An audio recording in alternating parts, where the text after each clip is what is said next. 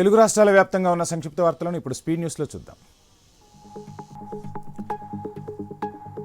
ఆంధ్రప్రదేశ్లో అనంతపురాన్ని నెంబర్ 1గా నిలుపుతానని ఎమ్మెల్యే దగ్గుపాటి తెలిపారు. అనంతరం అర్బన్లో సుపరిపాలన తొలి అడుగు కార్యక్రమంలో పాల్గొన్న ఎమ్మెల్యే ఇంటింటికి వెళ్లి సంక్షేమ అభివృద్ధి కార్యక్రమాలను వివరించారు.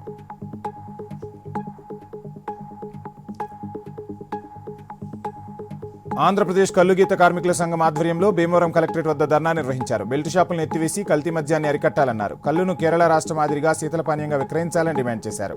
ధర్నాలో పాల్గొన్న ఎమ్మెల్సీ గోపి శాసనమండలిలో చర్చించి ప్రభుత్వం దృష్టికి తీసుకెళ్తానని హామీ ఇచ్చారు.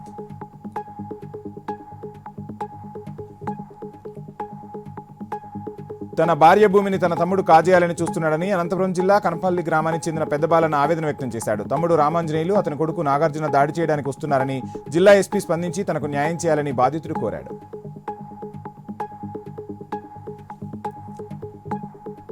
గుంతకల్లు 24వ సచివాలయంలో రేషన్ కార్డుల్లో పేరు చేర్చాలని వెళితే మాయమాటలు చెప్పి గర్భవతిని చేశాడని మహమ్మద్ వలీ అనే వీఆర్ఓపై ఓ మహిళ పోలీసులకు ఫిర్యాదు చేసింది. తనకు తన కుమారుడికి న్యాయం చేయాలని డిమాండ్ చేసింది.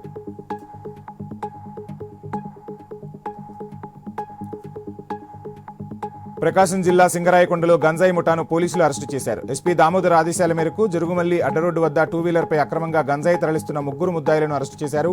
వారి వద్ద నుంచి 3 కేజీల గంజాయి, 9 గ్రాముల బంగారం, 8 కేజీల వెండి స్వాధీనం చేసుకున్నారు పోలీసులు. మాదక ద్రవ్యాలను నియంత్రించడంలో పాఠశాల, కళాశాల విద్యార్థులు ముఖ్య పాత్ర పోషించాలని కొమరంభీం ఆసిఫాబాద్ జిల్లా ఎస్పీ కాంతిలాల్ పిలుపునిచ్చారు. కెరిమేరి మండలంలోని మోడీ ఆశ్రమ పాఠశాలలోని విద్యార్థులకు పోలీసులు అవగాహన కార్యక్రమం నిర్వహించారు. మాదక ద్రవ్యాలు వ్యక్తిగత జీవితాన్ని, కుటుంబాన్ని, భవిష్యత్తును నాశనం చేస్తాయని ఎస్పీ తెలిపారు.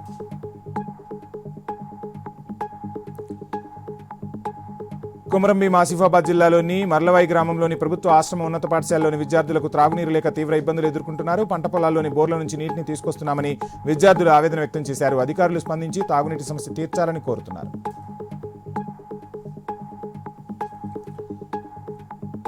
నేరాల కట్టడి కోసమే కార్డన్ సెర్చ్ నిర్వహిస్తున్నామని మెదక్ డీఎస్పీ ప్రసన్నకుమార్ తెలిపారు. శాంతి భద్రతల పరిరక్షణలో భాగంగా మెదక్ జిల్లా ఎస్పీ శ్రీనివాసరావు ఆదేశాల మేరకు ముస్లాపూర్ గ్రామంలో విస్తృత తనిఖీలను చేపట్టామన్నారు. సీఐ రేణుకారెడ్డితో పాటు 10 మంది ఎస్ఐలు, 110 మంది సిబ్బంది నార్కోటిక్ జాగిలాలతో కార్డన్ సెర్చ్ నిర్వహించారు.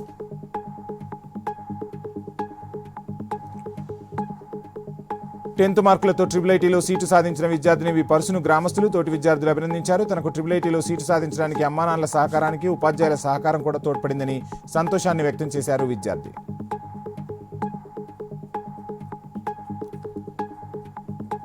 పశ్చిమ గోదావరి జిల్లా నరసాపురం మండలం గొంది గ్రామంలో అర్ధరాత్రి దొంగలు హల్చల్ చేశారు. గ్రామంలోని 2 ఇళ్లు, దేవాలయాల్లో వరుస చోరీలకు పాల్పడ్డారు. తాళాలు పగలగొట్టి సుమారు 3 కాసుల బంగారం, 50 లక్షల విలువ చేసే వెండి ఆభరణాలను దొంగిలించారు.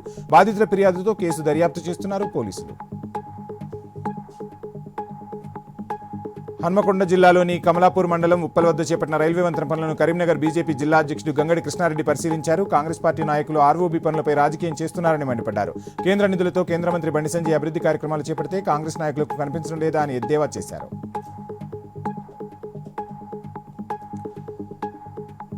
పెద్దపల్లి జిల్లా ఓదెల శ్రీ భ్రమరాంబ సమేత మల్లికార్జున స్వామి ఆలయంలో పెద్దపట్నం అగ్నిగుండ బ్రహ్మోత్సవాలు వైభవంగా జరిగాయి. ఉగాది పర్వదినాన ప్రారంభమైన మల్లన్న జాతర నేటి అగ్నిగుండ మహోత్సవాలతో స్వామివారి బ్రహ్మోత్సవాలు ముగిశాయి. బ్రహ్మోత్సవాల్లో పెద్దపట్నం అగ్నిగుండం చివరి అంకం కావడంతో ఆలయం శివనామస్మరణతో మారుమోగింది.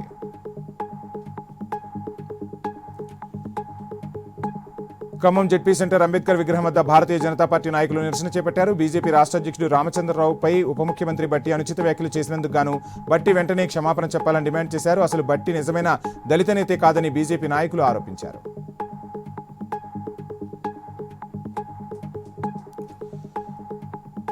జూబ్లీహిల్స్లోని రాజీవ్నగర్ వద్ద దారుణం చోటు చేసుకుంది. ఓ వ్యక్తి స్కోడా కారుతో అతివేగంగా ఆటోను ద్విచక్ర వాహనంపై వెళ్తున్న వ్యక్తిని ఢీకొట్టాడు. ఈ ప్రమాదంలో ఎర్రగడ్డకు చెందిన సత్యనారాయణ అనే వ్యక్తి మృతి చెందాడు. కేసు నమోదు చేసుకున్న పోలీసులు దర్యాప్తు చేస్తున్నారు.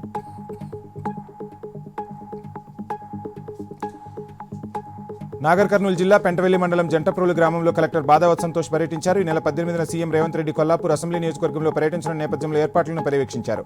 నూతనంగా చేపట్టే వివిధ అభివృద్ధి పనులకు సీఎం శంకుస్థాపనలు చేస్తారని కలెక్టర్ తెలిపారు.